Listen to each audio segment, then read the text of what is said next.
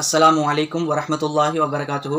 அருமையான பேரன்பு பெருமக்களே, இன்றைக்கு என்ன சொல்ல வந்திருக்கிறேன் என்றா, துல்ஹிஜ்ஜாவுடைய முதல் பிறை ஆரம்ப முதல் நாளில் இருக்கிறோம்.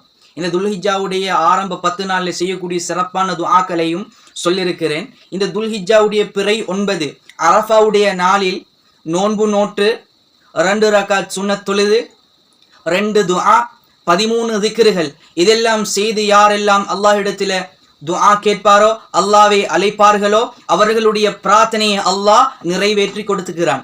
எப்படியாப்பட்ட தேவையாக இருந்தாலும், நம்முடைய தேவைகள் ஏராளமாக இருக்கும், சொல்ல தேவையில்லை. எங்களுடைய ஹலாலான ஹாஜத் நீண்ட நாள் கேட்டு வந்த துஆவாகவும் இருக்கலாம். ஏன் ஒரு காரியம் இருக்குது, இந்த காரியம் நிறைவேறணும் என்று சொல்லக்கூடியவர்களும் இருக்கலாம். இப்படியாப்பட்டவர்கள் அடுத்தது என்னுடைய கணவன் நல்ல முறையில் என்னோட இறக்கமா நல்ல முறையில் இருக்கணும் என்று சொல்லக்கூடியவர்களும் இப்படியாப்பட்ட ஹாஜத்தும் இருக்கும். இப்படியாப்பட்டவர்கள் அடுத்தது என் எக்ஸேமா என் என்ன விஷயமாக இருந்தாலும் ஹலாலான ஹாஜத், இப்படியாப்பட்ட விஷயங்களை யாரெல்லாம் இந்த துஆக்களையும் இந்த தொழுகையும் தொழுது யாரெல்லாம் கேட்பார்களோ, அல்லாஹு தாலா அவங்களுடைய முழுமையான பிரார்த்தனையை அந்த தேவையை நிறைவேற்றி கொடுக்கிறான். நல்லா ஞாபகம் வச்சுக்கொள்ளணும். பாவமான காரியம், ஹராமான விஷயம், ஹராமான தேவையாக இருக்குது, இதொன்றும் கேட்டு அல்லாஹு தாலா நிச்சயமாக சீராக்கி கொடுக்க மாட்டான். இப்போ நீங்க பிரார்த்தனையை நல்லா அழகான முறையில் கேட்டுக்கொண்டு வாரீங்க.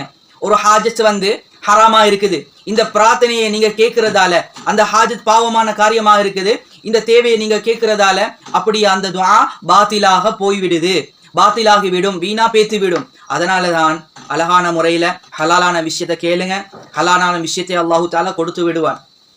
சரி, என்ன விஷயம் என்றா, அரஃபாவுடைய நாளில் நோன்பு நோற்று பிறை 9 துல்ஹிஜ்ஜா பிறை 9 இந்த நாளில் நோன்பு நோற்று அந்தண்டு குளித்து சுத்தமாகி லுஹருடைய தொழுகையை தொழுந்து ஃபர்லான லுஹர் தொழுகையை தொழுது அதுக்கு பின்னுக்கால 2 ரகாத் இஸ்திகாரா தொழுகையை தொழணும். அந்த 2 ரகாத் இஸ்திகாரா தொழுகையில ஆரம்ப ரகாத்தில் சூரா ஃபாத்திஹா, சூரா இஹ்லாஸ், குல் ஹுவல்லாஹு அஹத் சூராவை ஓதிக்கொள்ளணும். 2வது ரகாத்தில் சூரா ஃபாத்திஹா, சூரா அல் காஃபிரூன், குல் யா அய்யுல் காஃபிரூன் இந்த சூறாவை ஓதிக்கொள்ளணும்.